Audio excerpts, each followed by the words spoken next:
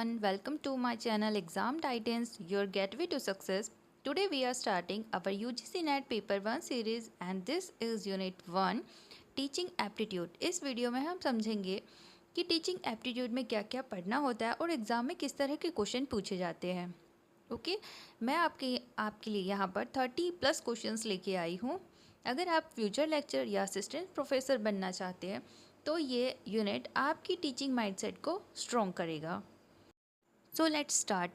Teaching aptitude. Teaching aptitude is the combination of two words, teaching and aptitude. Teaching is personal relation between teacher and the student causing behavior modification. This definition is given by Gaze, and aptitude means natural behavior to do something.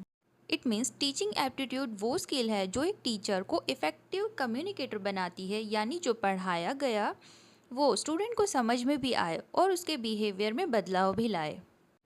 So next point है objective of teaching concept. First है to bring desired changes in peoples. इसका मतलब है teaching का main M होता है कि student के बिहेवियर और थिंकिंग में पॉजिटिव चेंज लाना। Second point is acquisition of knowledge. Teaching से स्टूडेंट न्यू नॉलेज, फैक्ट्स और इन्फॉर्मेशन गेन करता है। Next point is formation of believe. Teaching help करती है स्टूडेंट को अपने बिलीव और वैल्यूज़ डेवलप करने में। Another one point is to shape behaviour and conduct. Good teaching student के बिहेवियर, डिसिप्लिन और मॉरल कंडक्ट को इम्प्रूव करती है। Next point to improve learning skills of student. Teaching से स्टूडेंट की लर्निंग स्किल्स, थिंकिंग पावर और understanding level better होता है। Another point to provide a social and efficient member of society. Final goal of teaching ये है कि student responsible, helpful और efficient member बनता है सोसाइटी में। सो नेक्स्ट है बेसिक टीचिंग मॉडल्स। हमारे 3 बेसिक टीचिंग मॉडल्स होते हैं। फर्स्ट है पेडागोजी, सेकेंड है एंड्रागोजी, थर्ड हुटागोजी। ठीक है, फर्स्ट पेडागोजी जिसमें टीचर कंट्रोल करता है, दूसरा एंड्रागोजी जिसमें टीचर और स्टूडेंट दोनों मिलकर सीखते हैं, और तीसरा हुटागोजी जिसमें लर्नर खुद अपनी लर्निंग डिसाइड करता है। जितना लर्नर इंडिपेंडेंट होता जाता है उतना लर्निंग का कंट्रोल उसके हाथ में आता है। सो अब हम कंपैरिजन देखेंगे पेडागोजी, एंड्रागोजी और हुटागोजी के बीच में। फर्स्ट पॉइंट है dependence. Pedagogy learner is dependent, andragogy में एडल्ट्स आर इंडिपेंडेंट, हुटागोजी में लर्नर्स आर इंटरडिपेंडेंट। फर्स्ट में मतलब है स्टूडेंट पूरी तरह टीचर पर डिपेंड करता है पेडागोजी में, एंड एंड्रागोजी में बड़े लर्नर्स अपनी लर्निंग खुद मैनेज करते हैं। हुटागोजी में लर्नर और टीचर दोनों मिलकर सीखते हैं, लर्नर खुद भी लर्निंग कंट्रोल करता है। Next point is learning resources. Pedagogy में सारे रिसोर्सेज टीचर डिसाइड करते हैं, एंड्रागोजी में टीचर और लर्नर दोनों मिलकर रिसोर्सेज चूज़ करते हैं। हेट्रोगोजी में लर्नर अपनी लर्निंग के लिए रिसोर्सेज खुद ढूंढता है और उन पाथ सेट करता है, मतलब उनका वे सेट करता है। Learning focus. पेडागोजी में फोकस सिलेबस और सब्जेक्ट पर होता है, एंड्रागोजी में लर्निंग प्रैक्टिकल प्रॉब्लम सॉल्व करने पर बेस्ड होती है। थर्ड पॉइंट है हेटागोजी में क्या होता है, लर्नर अपनी मर्जी से नए प्रॉब्लम एक्सप्लोर करता है। Next point is motivation. Student को टीचर या मार्क्स मोटिवेट करते हैं। एंड्रागोजी में क्या होता है कि अडल्ट लर्नर अपनी गोल और इंटरेस्ट से मोटिव होते हैं। हेटागोजी में लर्नर अपने कॉन्फिडेंस और क्यूरियोसिटी से सीखते हैं। नेक्स्ट पॉइंट है लर्निंग रीजन। पेडागोजी में बच्चे अगला लेवल पास करने के लिए सीखते हैं, एंड्रागोजी में अडल्ट परफॉर्म्स इम्प्रूव करने के लिए सीखते हैं। हेटागोजी में यहाँ लर्निंग सेल्फ इंटरेस्ट और क्यूरियोसिटी से होती है, कोई फिक्स प्लान नहीं होता है। और लास्ट पॉइंट है teaching role. Pedagogy teacher process design करता है और नॉलेज प्रोवाइड करता है, एंड्रागोजी में टीचर गाइड करता है, लर्नर के साथ मिलकर काम करता है। हेटागोजी में टीचर लर्नर को एम्पावर करता है ताकि वो खुद सीखने के लायक बन सके। इन शॉर्ट हम कह सकते हैं कि पेडागोजी में टीचर सेंटर होता है और एंड्रागोजी में टीचर और लर्नर दोनों, और हेटागोजी में लर्नर खुद अपनी लर्निंग का मालिक होता है। अब हम बात करेंगे लेवल ऑफ टीचिंग की। टीचिंग के 3 मेन लेवल होते हैं, मेमोरी लेवल, अंडरस्टैंडिंग लेवल और रिफ्लेक्टिव लेवल। मेमोरी लेवल सबसे लोएस्ट लेवल होता है और रिफ्लेक्टिव लेवल सबसे हाईएस्ट लेवल होता है। ये दोनों ही बहुत इंपॉर्टेंट है एग्ज़ाम पॉइंट ऑफ व्यू से, क्योंकि कई बार एग्ज़ाम में पूछा जाता है कि हाईएस्ट लेवल ऑफ टीचिंग कौन सा होता है, तो रिफ्लेक्टिव होता है। अगर लोएस्ट की पूछे तो वो मेमोरी रहता है। ओके, अब हम सबसे पहले बात करेंगे मेमोरी लेवल ऑफ टीचिंग की। इस लेवल पर स्टूडेंट सिर्फ याद करते हैं facts, definition, formula, dates etcetera. Teacher information देता है और स्टूडेंट उसे रिपीट करता है। इसे हम रोट लर्निंग भी बोलते हैं, क्योंकि यहाँ पे बच्चा सिर्फ जो मैम ने कहा है बस वही रिपीट करता है। तो यहाँ पे टीचर का रोल होता है control and information giver. Student का रोल रहता है यहाँ पे पैसिव लर्नर, सिर्फ सुनता है और याद रखता है। यहाँ पे मेन फोकस किया जाता है मेमोरी लेवल ऑफ टीचिंग में रिकॉल एंड रिकॉग्नाइजेशन में, मतलब पहचानना और याद रखना। बार बार बच्चा याद करता है। एग्जाम्पल है जैसे टेबल्स हो गए, ABCD हो गई, कोई स्पेलिंग हो गई, कोई फॉर्मूला हो गई, या कोई हिस्टोरिकल डेट्स हो गई, वो सब चीज़ें वो बार बार लर्न करता है। इसके एडवांटेजेस ये रहेंगे, ये इजी और बेसिक लर्निंग है। ठीक है, सेकंड पॉइंट रहेगा कि फाउंडेशन बनाता है और नेक्स्ट लेवल के लिए, जैसे कि अगर आप फर्स्ट क्लास में हो तो आपको सेकेंड क्लास में जाने के लिए आपको प्रिपेयर करता है। ओके, नेक्स्ट पॉइंट है अंडरस्टैंडिंग लेवल ऑफ टीचिंग। इस लेवल पर स्टूडेंट समझ कर सीखते हैं concept, relationship, cause and effect. Teacher example और एक्सप्लेनेशन देता है जिससे स्टूडेंट मीनिंग समझ सके। टीचर का रोल यहाँ पे गाइड और एक्सप्लेनर का रहता है। स्टूडेंट इस लेवल पर एक्टिव लर्नर रहते हैं। मेन फोकस यहाँ पर समझना होता है। ठीक है, अब हम एग्जाम्पल की बात करते हैं तो साइंस का प्रिंसिपल समझना, ग्रामर के रूल्स अप्लाई करना, प्रॉब्लम को सॉल्व करना, ये सब इसके एग्जाम्पल्स हैं। फिर लॉजिकल थिंकिंग बढ़ती है, इससे कॉन्सेप्ट क्लियर होते हैं अंडरस्टैंडिंग लेवल ऑफ टीचिंग में।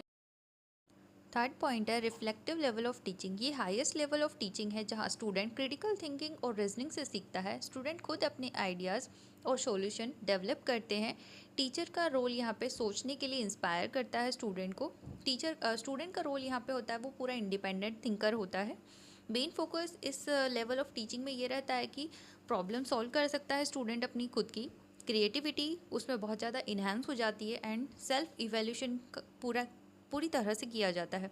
इसके एग्जाम्पल होंगे research work, case study, project work, debate etcetera. इन सब में स्टूडेंट खुद ही की क्रिएटिविटी को जानता है, खुद ही अपनी प्रॉब्लम को सॉल्व कर लेता है, बस उसे एक गाइडेंस की नीड होती है। Reflective level of teaching deep learning होती है, डिसीजन मेकिंग और क्रिएटिविटी बढ़ाती है स्टूडेंट में, बट ये टाइम कंज्यूमिंग और सब्जेक्ट में अप्लाई करना मुश्किल होता है। तो इन शॉर्ट हम कह सकते हैं कि मेमोरी लेवल जहाँ हम याद करते हैं, अंडरस्टैंडिंग लेवल जहाँ हम समझते हैं, और रिफ्लेक्टिव लेवल जहाँ पर हम सोच कर अपने आइडियाज़ बनाते हैं। तो अब हम करेंगे क्वेश्चंस, कुछ MCQs लगाएंगे, तो उसमें आपका जितना भी स्कोर हो वो मुझे कमेंट सेक्शन में बताना कि कितने आपके करेक्ट गए हैं। सो फर्स्ट क्वेश्चन है, इसमें 2 कॉलम दे रखे हैं। कॉलम ए है टीचिंग मेथड का एंड कॉलम बी है इम्पॉर्टेंट एस्पेक्ट ऑफ मेथड्स। ठीक है, तो यहाँ पे आपको 4 टाइप की टीचिंग है, collaborative teaching, collaborative method, cooperative method, constructive method activity and team teaching. Team teaching UGC net के पर्पस और सेट पर्पस के लिए बहुत ही इम्पॉर्टेंट टॉपिक है, सो आप इसको डीप से पढ़ना मत भूलना।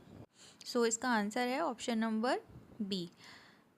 कोलैबोरेटिव मेथड का हो जाएगा when student share different aspects of learning activity. इसमें स्टूडेंट्स डिफरेंट एस्पेक्ट्स होते हैं जो लर्निंग एक्टिविटीज़ के, वो शेयर करते हैं। फिर है कोऑपरेटिव मेथड, इसमें when student help each other in learning, student एक दूसरे की हेल्प करते हैं लर्निंग में। थर्ड हो जाएगा कंस्ट्रक्टिव मेथड एक्टिविटी, इसका आंसर है when emphasis is laid on student as a creator of knowledge, जिसमें स्टूडेंट नॉलेज को क्रिएट करते हैं। Fourth one is team teaching है, उसका हो जाएगा when expertise of teacher is used in teaching. ये टीम टीचिंग बहुत ही ज़्यादा इंपॉर्टेंट है, प्लीज़ इसको डीप में स्टडी करना आप लोग। नेक्स्ट क्वेश्चन है NITI Aayog replace the planning commission in which year. तो आप लोग को बताना है कि कौन से ईयर में नीति आयोग ने प्लानिंग कमीशन को रिप्लेस किया था। ऑप्शन है 2012, 2014, 2015 या 2016। तो आंसर हो जाएगा इसका 2015। ठीक है, नेक्स्ट क्वेश्चन है which teaching method is most effective for developing higher order cognitive skills as per Bloom's taxonomy, जो कि 1956 में आई थी वो वाली ब्लूम्स टैक्सोनॉमी। ये जो ब्लूम्स टैक्सोनॉमी ये वे रिवाइज भी हुई थी, कब हुई थी? वो 2001 में हुई थी, तो वो भी बहुत इंपॉर्टेंट पॉइंट है। Option A lecture method, B demonstration method, third problem solving method, fourth drill method. तो आंसर है problem solving method. Next question है which Indian university was the first to be accredited by NAAC in 1998? First university of Delhi, second Jawaharlal Nehru university, third Banaras Hindu university, fourth university of Mumbai. So इसका answer हो जाएगा Banaras Hindu university. Next question है विच body evaluates and accredits general higher education institution in India? First NBA, second NAAC, third AICTE, D UGC। So इसका answer हो जाएगा नेक। ये जितने भी आपको शॉर्ट फॉर्म दिखाई दे रहे हैं इन सब के फुल फॉर्म एग्जाम में बहुत पूछे जाते हैं, तो आप लोग प्लीज़ इनको अच्छे से याद करना। नेक्स्ट क्वेश्चन है स्वयं platform was launched in which year? Options है 2015, 2017, 2019 एंड 2020। सो इसका आंसर हो जाएगा हमारा 2017। नेक्स्ट क्वेश्चन है which year did the national policy of education revise to comprise higher education reforms? 1968, 1986, 1992 और 2020। So answer is 1986। Next question है which council is responsible for teacher education accreditation in India? So option है UGC, NCERT, NCTE और AICTE। सो answer है NCTE। Next question है the level of teaching which demands the use of higher order thinking skill? First memory level teaching, understanding level teaching, reflecting level teaching, creativity level teaching. So answer हो जाएगा reflective level teaching. Next question है which incentive provides 40 DTH channels for 20x7 education telecast? First Diksha, second Swayam, third Swayam Prabha, fourth PM eVidya. So answer हो जाएगा Swayam Prabha. Next है which of the following is not a teaching aid? First blackboard, projector, textbook, discipline. So answer is discipline. Next, which method of teaching emphasize student participation and active learning? Lecture method, demonstration method, project method और tutorial method। तो answer हो जाएगा project method। Next question है Swayam in India is associate with online degree plate programmes, MOOC, national curriculum framework, teacher recruitment. So answer is MOOC, Massive Open Online Course is the full form of MOOC. Next है which of the following falls under andragogy adult learning? Option है scaffolding, second zone of proximal development, third self directed learning, fourth है discovery learning। So answer हो जाएगा self directed learning। In Bloom's taxonomy, analysis belongs to which domain? So first affective, psychomotor, cognitive and social. So answer हो जाएगा cognitive. Next है the स्वयं portal was launched by which ministry? Ministry of skill development, ministry of human resource development, ministry of education and NITI Aayog. So answer है ministry of education. Next है the national education policy was implemented 2018, 2019, 2020 या 2021? तो इसका answer हो जाएगा 2020। Next question है the UGC was established in which year? 1945, 1953, 1956 या 1960? तो आंसर है 1956। A teacher who encouraged students to discuss and share their views in following which teaching style? Autocratic, democratic, laissez-faire, authoritarian. So answer हो जाएगा इसका democratic. Next है when a teacher evaluate student frequently to check progress and give feedback it is called summative evaluation, diagnostic evaluation, formative evaluation, non norm refreshed evaluation. तो इसका answer हो जाएगा formative evaluation.